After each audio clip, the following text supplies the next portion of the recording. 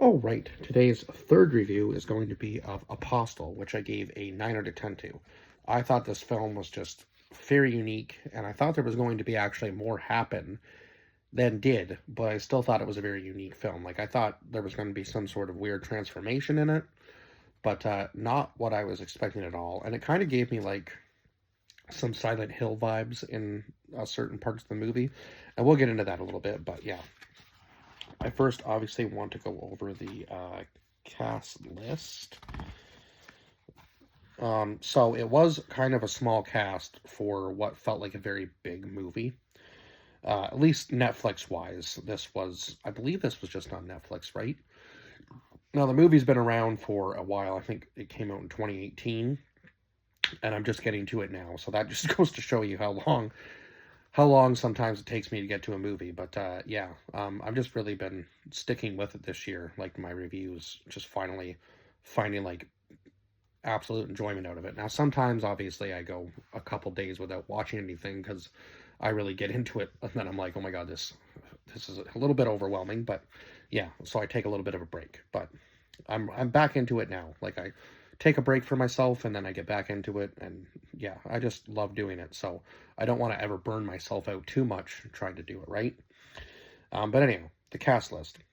So Dan Stevens, who played Thomas Richardson, Paul Higgins, who played Frank, Bill Milner, who played Jeremy, Katrin Aaron, who played Elaine, Kristen Frosath, who played Fionn, I want to say was how you pronounce her name, Mark Lewis Jones, who played Quinn, Lucy Boynette, who played Andrea, or Boyton, who played Andrea, sorry, my bad, and then Michael Sheen, who played Malcolm Howe.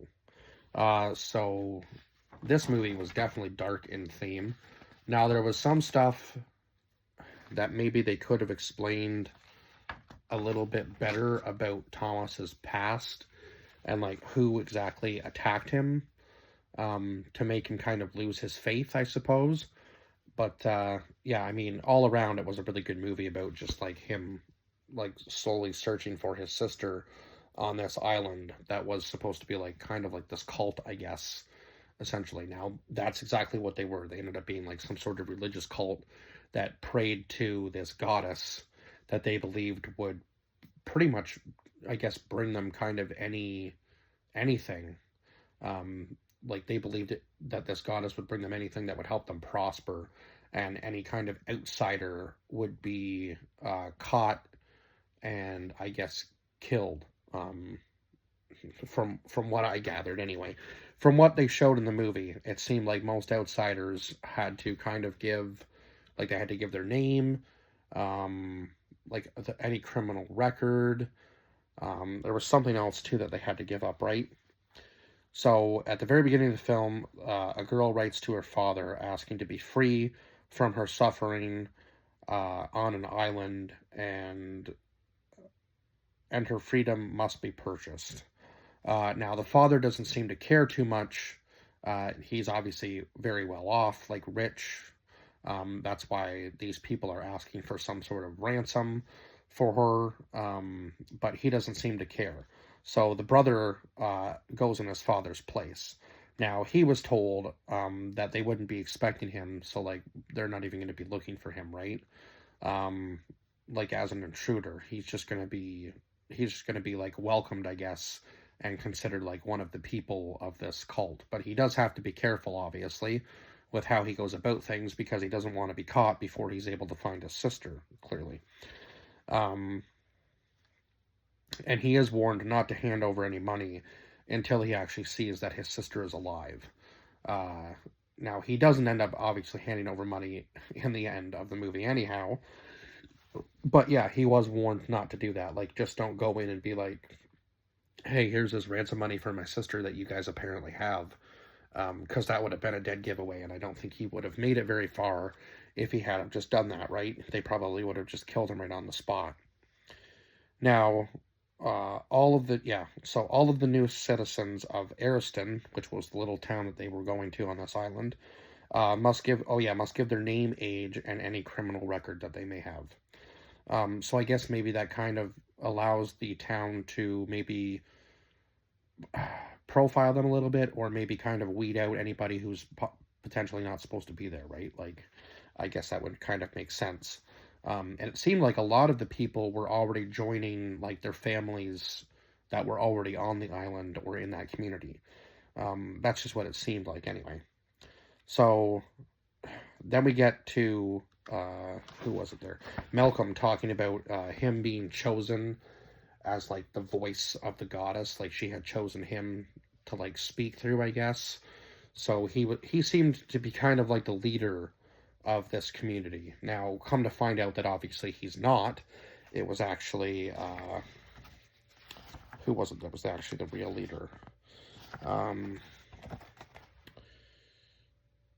Yes, the real leader actually ended up being Quinn in the end. So yeah, it was kind of like a little bit of a deceivement, I guess, for the people. And I guess maybe they were kind of battling for power in a sense, because they had been the ones who had discovered the goddess or whatever in the very beginning, right? Like, as Quinn tells later on in the film.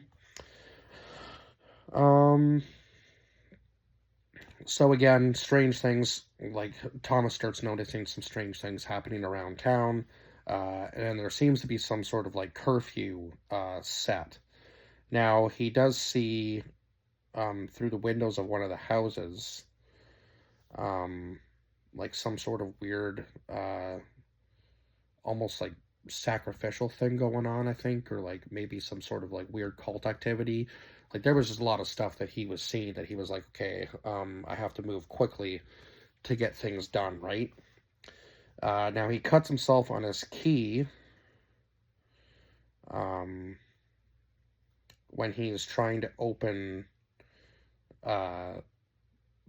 like, unlock his door to his room, and then the blood starts to like slowly, like, almost like, I don't really know, like, be pulled, almost like magnetized on the floor in a weird way, and then you can see somebody like under the floor, like, eating the blood. So there was a lot of stuff going on, and there was some sort of figure behind him in the hallway too at one point. So there was just a lot of psychological stuff going on in this film that you were like, is there going to be like a jump scare here? I'm not really sure. There wasn't really any actually in this film, so it was just kind of like more, again, along those lines of like mess with your head type stuff, for sure. So he cuts himself on his key, and it seems like he's taking some sort of drug to like ward off some sort of pain, or I thought some sort of transformation. Like, I wasn't exactly sure whether he was something bad and he didn't really want to unleash it, but it seemed like he took some sort of drug to like ward off something, right? So we see Malcolm go underground in like into his house, and he enters some sort of building in the woods. So eventually, Thomas shows Jeremy a photo of his sister, and Jeremy like immediately looks like frightened, like he doesn't want to see that or shouldn't be seeing it, sort of thing. So obviously at this point, Thomas knows that Jeremy knows something about his sister's location, right? Now he even tells Thomas about like where they were holding his sister, and the fact that he couldn't really do anything about it on his own. But he knew that they wanted the money, like they captured her because they wanted the money from his father to, how did he word it? Obviously to like continue on or make their community more prosperous, I guess, was kind of the idea. Because I guess they weren't doing too well. Obviously, whatever whatever was going on with the goddess, she wasn't doing like her part anymore, I guess. So they were kind of struggling, and they were trying to find a new way in order to like make their community thrive again, right? Especially like food wise and like water wise, maybe. Like, it seemed like they were running out of stuff, right? So they were desperate, obviously, is the thing that I'm getting out of it. So the next day, all of the new citizens are called to the church and told not to be out after the ringing of the night bell, is what Malcolm called it. Now, when they're going down the line, they're saying some sort of prayer to like everybody, and everybody seems to be able to like repeat it word for word, and then they get to the person in front of Thomas, and he got extremely lucky, who just happened to be a spy that was sent by the king in order to, I guess, kill Malcolm. Now, obviously, he doesn't even get a chance before like all of Malcolm's guards just like swarm this guy and stab him with like 3 or 4 different spears. And of course, Thomas throws himself into like harm's way and gets cut in the process as well. So he's trying to make it look like he's there, obviously, as one of the community, right? And just throwing himself in order to like throw them off of the trail of like him being a potential threat to any of them too, right? But they still believe, even after all of that, there's somebody else there that's not supposed to be there.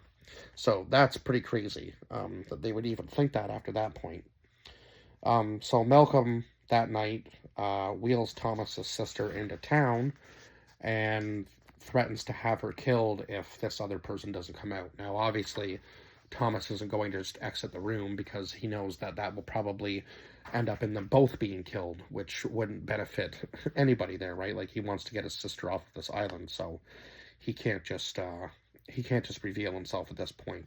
And that's when I thought he was like truly like maybe had some sort of transformation going on, because he like throws the drugs and almost goes in like a complete fit of rage. But maybe the drugs were to keep him calm, I guess. I don't really know.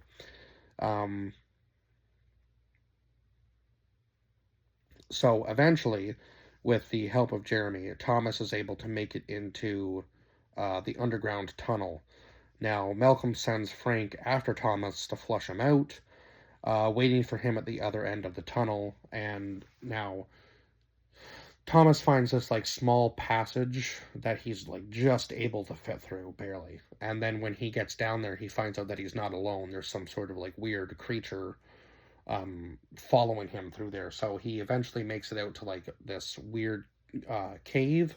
And the next day, Andrea finds him there and helps him through like his wounds and stuff. And I don't really know exactly what all of the drawings meant, but yeah, he was able to find them. And then he was kind of confused how Andrea found him so quickly, right? But Andrea kind of seems to be like his love interest in the movie. Like there's definitely some tension between the two of them, obviously. And Andrea's always trying to help him out because she doesn't believe like her father's doing the right thing anymore. Um, so yeah, but she doesn't know everything that's going on, obviously, right? She just knows that, you know, they're supposed to be like following this goddess's rule, and she kind of finds it odd that it seems like stuff is still like prospering on the land, even though the land is like completely dead. It seems at this point, like she says, like the soil's no good, but somehow stuff still continues to grow. But it even seemed like they were still doing pretty badly off, even though things seem to be kind of okay. Like it just wasn't working the same way it was when they first started, right? Um, so yeah, obviously things were going downhill for them. Um, so yeah, Thomas is able to escape through the small passage, and then finds the drawings on the other side, like etched into the walls of the cave, right? So inside the building is the forest, is obviously the goddess. We find that out a little later. Who Malcolm feeds like his own blood to. So obviously at this point, um, for like a pure harvest, uh, and there was some sort of like people in body bags, like almost ready to be sacrificed. Now, obviously, we find out a little bit later on that one of them is Thomas's sister. So I'm not exactly sure why they were like in these weird burlap sacks. Um, like what exactly the meaning of that was. Like I'm not sure exactly what kind of all rituals were going on, but yeah, there was obviously some very serious stuff going on. And the guard was just like this really weird, like kind of tall, lanky man with like a weird, almost like vine mask on, and that's what really gave me like the Silent Hill vibes. It almost looked like one of the nurses with like the wraps on her face. Um, so Thomas tells Andrea that he was once religious, like once a religious man, until he was betrayed by God and attacked. So it does show like maybe he was a leader of, it seems like he was a leader of something. Like maybe he was like a leader of like a church or a group that followed him, and then he was attacked, and like he was shown like a different power, and then all of his belief kind of got like sucked out of him because of that. Because maybe he believed that nothing bad was going to happen to him, and then something so horrific happened that he was just like, everything kind of changed for him that day, I guess, in a sense. Um, so he tells Andrea the only thing that matters now is obviously his sister. Like his only mission in life is his sister and to get her off of this island. And that is when she shows him that despite the land being in horrible condition, things still seem to grow. So she's not really sure why, but again, yeah, they will find out eventually. Uh, so Quinn confronts his daughter, Fionn, about the baby, because it's kind of been like a slow burn with that story too. And I wasn't really sure how far that was going to build up, so I kind of kept it out until this point. But when he confronts her about it, it becomes like kind of more of a main staple in the movie, right? Because now he kills her while Jeremy is away, getting like the boat ready for them to leave the island. Frank has decided that he also is going to be leaving the island too at this point, I do believe. Um, so Jeremy returns home to find that Quinn has killed his own daughter, and a fight breaks out between the two of them, which leads them outside, which eventually leads to Quinn blaming Jeremy for his daughter's death. So Jeremy takes off running. He eventually runs into Thomas and Andrea, and then he is basically killed like in front of the entire town, um, by Quinn, because, and Andrea even like fights him on it, like calling him out for um, being a liar and so on and so forth. And then when Frank and Malcolm get back after their little conversation, when they get back to town, Jeremy has already been killed, and that scene was pretty intense. I'm not gonna lie, like a pretty intense, brutal death for Jeremy. Um, I'll let you watch that for yourself if you're into these kinds of movies. But yeah, that was one that I was like, woo, that was wild. It was almost like a Saw kill, except he didn't just have like he didn't have any choice in the matter, obviously, because somebody else was doing it to him, right? So yeah, he's put to death or purified, as they called it, right, in front of the entire town. And that's when Frank and Malcolm return. Now, Malcolm says that Quinn has become a weak leader, so I guess Malcolm was kind of like second in command, maybe. But it seemed like also throughout the movie, he was also like trying to fight for power and maybe become like a little bit more of a leader than Quinn. But I guess he wasn't going to outdo Quinn because Quinn was the one who discovered the goddess first, right? Or at least that's how he told the story.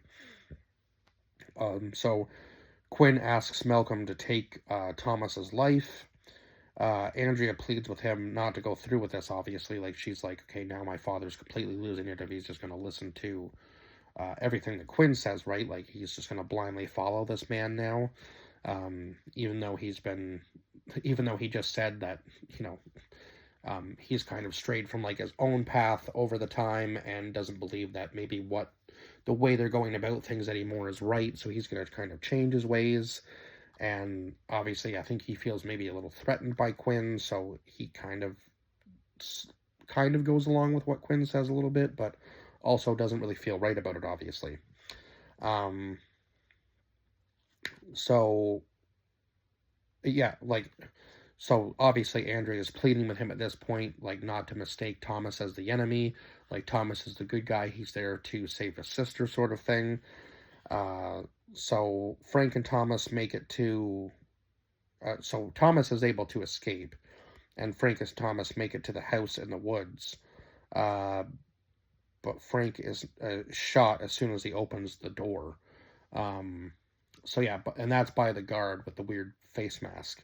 Uh, so I believe Thomas like kind of like shimmies his way around the house and then enters it and finds his sister in one of those like weird burlap sack bags, And as soon as he goes to save her and say, he's going to get her out of there, the guard suddenly like hits him with some sort of object and knocks him out. And then his sister's taken again by Quinn and his men.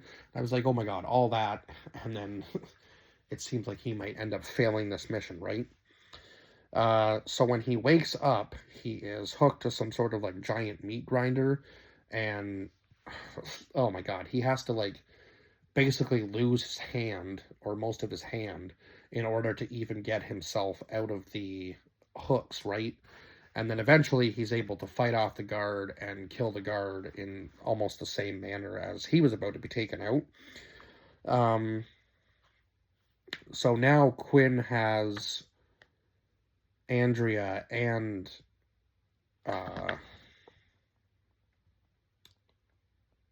was it Elaine? Was it Elaine, his sister? It must have been. No. Yeah, Elaine was his sister, right? I do believe. I might be mistaken on that, because, yeah, Fionn was with Jeremy. So Elaine must have been his sister. Anyhow, so yeah. So now so now Quinn has Andrea and Thomas's sister held captive. Sorry, where was I?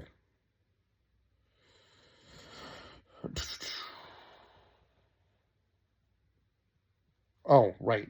So when Thomas wakes up, he has that fight with the guard, and then Quinn admits to imprisoning the goddess, and like a whole bunch of other stuff, right? Like they fed her animal's blood at first, I do believe, and then when that wasn't working, he tells Andrea that her father started like feeding himself to her, sort of thing, like with his own blood, and that seems to not be working. So now they're gonna have to find some other method, I guess. And I think he threatens to like, I'm not exactly sure like how he was going to use the two girls in order to like feed the goddess, whether he was going to somehow like, it was almost like he was threatening like that they were going to bear children for the goddess in order to feed her. Like that's what it seemed like. That's what it seemed like his plan was. I could be wrong, but that's almost what it seemed like he was gearing towards, almost in a sense. And I was like, seriously, dude, that's your plan, is to feed the goddess children and hope that works? Like, you're pretty sick if that's what if that's what your plan is.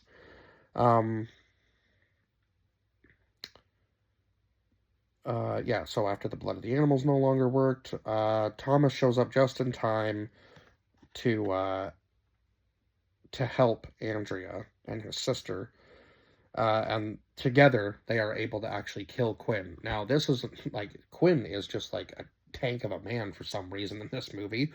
Even after, like, Thomas stabs him like right directly in like the middle of the chest. Like I would think that would hit something, like maybe a lung, your heart, right? Like it has to hit something vital. But somehow Quinn is still able to like pull out his own knife and stab Thomas like, I don't know, 6 or 7 times in the side.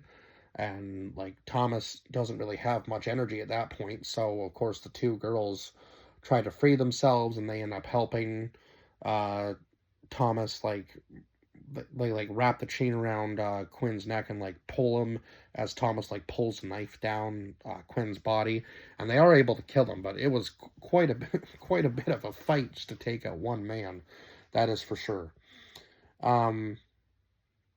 So I was kind of wondering whether the thing in the little passage that Thomas saw was a hallucination or not. But when Andrea and his sister get on the boat at the very end of the movie, blood explodes from the hillside. So yeah, and you can hear like screams in the little passageway. So obviously, whatever was in there was real, and it's a good thing Thomas got out of there when he did, because otherwise it might not have been good for him, and he might have been killed and never have been able to free his sister. So yeah, it was good that definitely good that he made it out of there for sure. So the island slowly starts to consume Thomas, and this was after he had said to Andrea and his sister that you guys just need to leave. Like, I finally lived out my purpose. You're going to be safe now.